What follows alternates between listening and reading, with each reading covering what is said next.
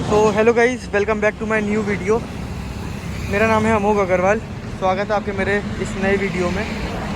तो आज आप देख सकते हैं, आज है 4 जून और टाइम हो रहा है करीब 7:30 बज रहे हैं। आपने जो लास्ट वीडियो देखी थी, लास्ट वीडियो में मैंने अपनी होंडा अमेज VMT डीजल की 20,000 वाली सर्विस कराई थी।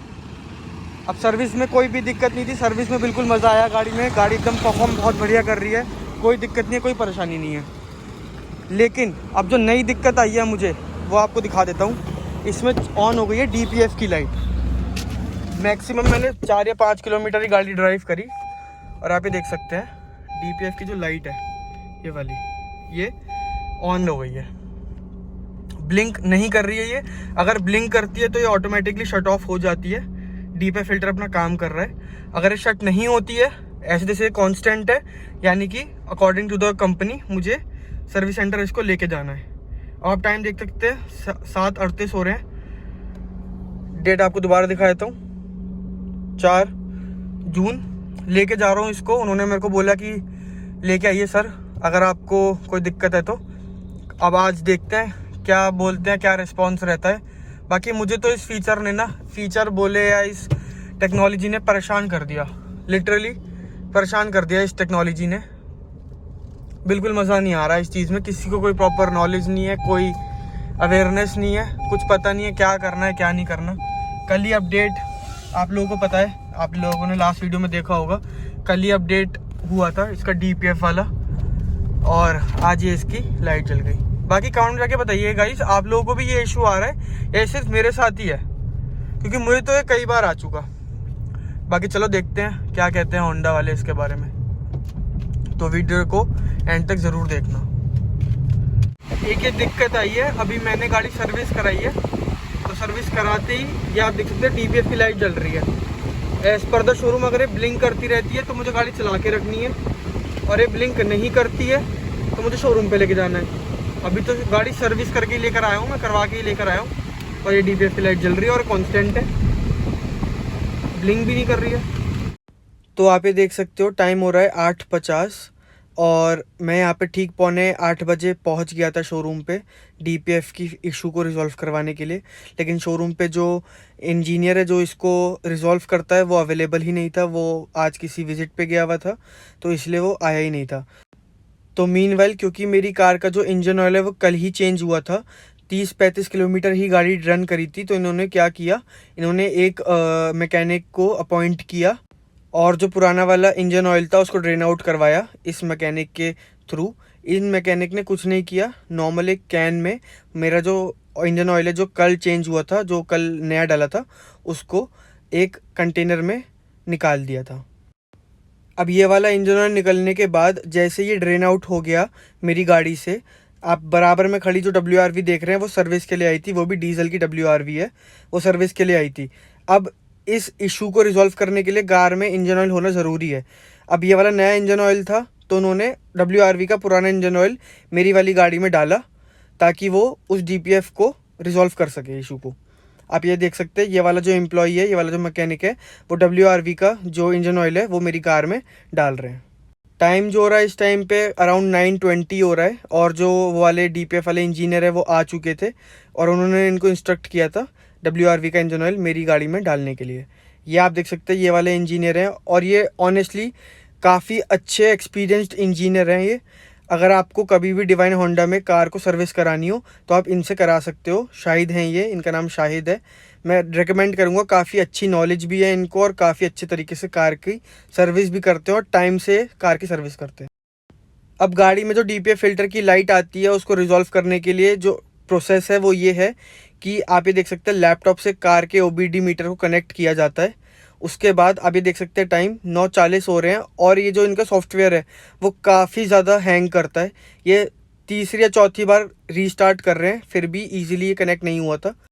एक और चीज़ जो इन्होंने मेरे को बताई, ये जो मुझे DPF का इशू आ रहा है ये होंडा अमेज BS6 इंजन में शुरू वाले में है ही, खाली मेरे में नहीं और में भी ये दिक्कत आ रही है। हाँ, अब वाले इंजन्स में कोई दिक्कत नहीं है, लेकिन प्रीवियस जनरेशन के जो डीजल इंजन्स हैं जो BS6 के रिसेंटली लॉन्च हुए थे, उनमें ये दिक्कत ज़रूर आ रही है DPF फिल्टर की। और आप ये देख सकते हो स्क्रीन पे इजीली ये सॉफ्टवेयर ओपन नहीं होता है। होंडा की तरफ से ये दिक्कत मैं ज़रूर बोलूँगा, इजीली सॉफ्टवेयर भी रन नहीं होता है DPF फ़िल्टर का। अब आप टाइम देख सकते हो 9:45 हो रहे हैं और जो इनका सॉफ्टवेयर है वो रन कर चुका है। अब इनिशियली जो होता है वो ये होता है कि इस सॉफ्टवेयर के थ्रू कार को मैनुअली एक्सकलेट करके रखना पड़ता है कुछ कांस्टेंट स्पीड पे, ताकि जितना भी डर्ट पार्टिकल और इम्प्योरिटीज़ फॉर्म होती हैं डीजल से वो एग्जॉस्ट पाइप के थ्रू निकल जाए। तो सबसे पहले तो ये मैनुअली अपने पैर से एस्केलेट करते हैं कार को कुछ कांस्टेंट स्पीड पे, ताकि वो एमिट हो जाए, निकल जाए। और बीच बीच में कंप्यूटर इनको इंस्ट्रक्शन भी देता रहता है कार को स्टार्ट या ऑफ करने के लिए, तो वो भी इसी प्रोसीजर का पार्ट है। और ये जो पूरा प्रोसीजर है मैनुअल एमिशन का, वो करीब करीब 20 से 25 मिनट का प्रोसीजर है। और कभी कभार ये 30 से 40 मिनट भी ले लेता है, डिपेंडिंग अपॉन द सिचुएशन और क्या कंडीशन है आपकी कार की। ये 30 से 40 मिनट भी लेता है मैनुअल एमिशन का कार के अंदर। मैनुअल प्रोसीजर डन होने के बाद कार को ऑटोमेटिकली सिस्टम एस्केलेट करता है ताकि जितना भी एमिशन है वो निकल जाए। ये ऑटोमेटिकली हो रहा है, ये आप देख सकते हैं, सुन सकते हैं, ऑटोमेटिकली हो रहा है। कार ऑटोमेटिकली क्या बोलते हैं एस्केलेट कर रही है, कोई किसी ने एस्केलेट नहीं कर रखा है। आप ये देख सकते हैं, ये भी जा चुके हैं सिस्टम को लगा के गाड़ी पे। अब सिस्टम गाड़ी को ऑटोमेटिकली करवा रहा है, जो करवा रहा है वो आप देख सकते हैं। और ये देख सकते हैं आप गाड़ी की जो लाइट है वो भी ब्लिंक होनी शुरू हो गई है। अब ये जो प्रोसीजर है ये भी करीब 40 से 45 मिनट का प्रोसीजर है, जिसमें कार के जो टेम्परेचर है यानी कि DPF टेम्परेचर जो है वो करीब करीब 650 तक चला जाता है, 650 डिग्री तक चला जाता है। उसके बाद वो फिर से कूल डाउन होता है। और इस टाइम पे जो कार में बदबू आती है यानी कि जो स्मेल आ रही है वो काफ़ी ज़्यादा बुरी है, मतलब उसको आप झेल नहीं सकते हो, इतनी बुरी होती है वो जो स्मेल होती है। एक चीज़ और बताई थी इन्होंने, ये आप देख सकते हैं। सबसे पहले तो ये होता है DPF फ़िल्टर की जो भी प्रोसेस होता है, जो भी पार्ट होता है, इसको बोलते हैं ग्रे कलर का जो भी पार्ट है। और इन्होंने ये भी बताई थी कि अगर ये एक लाइट कांस्टेंट है और आपने कार को ज़्यादा देर तक चला लिया है तो इंजन सीज होने का प्रॉपर चांसेस होते हैं। और ये का जो खर्चा है वो करीब करीब 1.5 लाख रुपये का खर्चा है अगर इंजन सीज हो जाता है इस DPF के वजह से। ये आप टाइम देख सकते हो, टाइम करीब 10:20 हो रहा है और अभी भी ये प्रोसेस चल रहा है। इस प्रोसेस में दोनों चीज़ें होती है, जो टेम्परेचर होता है DPF का वो ऑल द वे 600-650 तक जाता है और वो क्या बोलते हैं एमिट करता है जितनी भी इम्प्योरिटीज़ होती हैं। उसके बाद ये इंजन को कूल डाउन भी करता है, यानी कि DPF सिस्टम को कूल डाउन भी करता है। 650 से सीधा 250 पे ले आता है टेम्परेचर को। और उसके बाद क्या बोलते हैं ये जो पूरा प्रोसेस है वो कंप्लीट होता है। आप ये देख सकते हो लिखा हुआ आ रहा है कूलिंग डाउन द DPF। पहले ये 3000 RPM तक जाता है, फिर ये 4000 RPM तक जाता है, फिर ये वापस 2000 RPM पे आ जाता है कूल डाउन के टाइम पे। तो ये पूरा प्रोसेस है। अगर आपका DPF की लाइट कांस्टेंट आ रही है आपके डीजल इंजन में BS6 गाड़ियों के अंदर, अगर वो कांस्टेंट नहीं है, ब्लिंक कर रही है, तो आपको 30 से 40 किलोमीटर तक कार को रन करना है और वो लाइट ऑटोमेटिकली चली जाएगी 50-60 की स्पीड पे। वो आप ये देख सकते हैं कूलिंग डाउन द DPF। अब ये DPF को कूल डाउन कर रही है, उसके बाद ऑटोमेटिकली ये प्रोसीजर कंप्लीट हो जाएगा और जो आपका DPF की लाइट है वो चली जाएगी। ये आप देख सकते हो स्क्रीन के ऊपर लाइट भी जा चुकी है।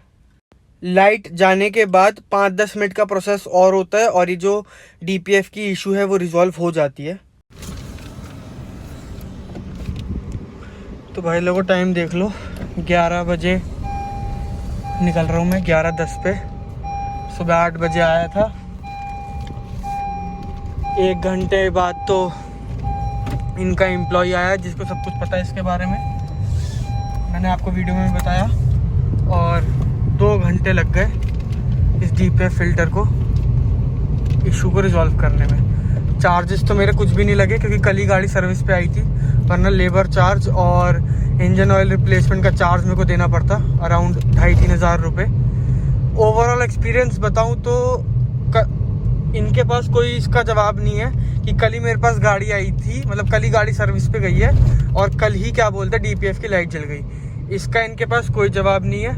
इनका बस इतना कहना है कि अगर DPF की लाइट आ गई तो सर आपका वो चेंज होएगा, कंप्यूटर पे चलेगी गाड़ी, डायग्नोस करेंगे वो और इंजन ऑयल चेंज होएगा। क्योंकि मेरी गाड़ी कल ही आई थी तो मेरे को कोई भी चार्जेस पे करने नहीं पड़े, फ्री ऑफ कॉस्ट हो गया। बस मेरा एक्सपीरियंस तो यही बात बोलता है कि अगर 1000-1200 किलोमीटर की रनिंग है आपकी मंथली, तो मेरे हिसाब से तो आपको पेट्रोल गाड़ी लेनी चाहिए, डीजल गाड़ी नहीं लेनी चाहिए। क्योंकि बहुत सारे फ्लॉज हैं, बहुत सारे क्या बोलते हैं इश्यूज़ हैं ये BS6 DPF फ़िल्टर वाली गाड़ियों में डीजल की। पेट्रोल में इतना नहीं है लेकिन हाँ डीजल में काफ़ी ज़्यादा है। लाइक दूसरी बार मेरा ये इशू आया है। और DPF की लाइट कम से कम 7-8 बार जल चुकी 25,000 किलोमीटर पे। ये आप देख सकते हो 25,000 किलोमीटर जल चुकी है। कम से कम 7-8 बार मेरी ये लाइट मतलब DPF फिल्टर काम करता है जब वो क्लीन करता है एग्जॉस्ट पाइप को। बाकी टाइम बहुत ख़राब होता है यार इस चीज़ में, लेकिन ये है कि चलो ठीक है, हो गया, कोई चार्जेस पे नहीं करने पड़े। हाँ, लेकिन अगर गाड़ी कल सर्विस पे नहीं आती और उसके बाद होता तो चाहे 1000 किलोमीटर चलती मेरी गाड़ी, चाहे 500 किलोमीटर चलती मेरी गाड़ी, और अगर वो लाइट कांस्टेंट रहती तो मेरे को इंजन ऑयल चेंज करवाना पड़ता और पैसे लगते जेब से। तो कंक्लूजन यही है, अगर 1000-1200 किलोमीटर गाड़ी चलनी है आपकी मंथली तो पेट्रोल गाड़ी ले लो, ज़्यादा बेटर रहेगी। डीजल गाड़ी मत लो तो ज़्यादा बढ़िया है। वीडियो देखने के लिए धन्यवाद। Thank you so much.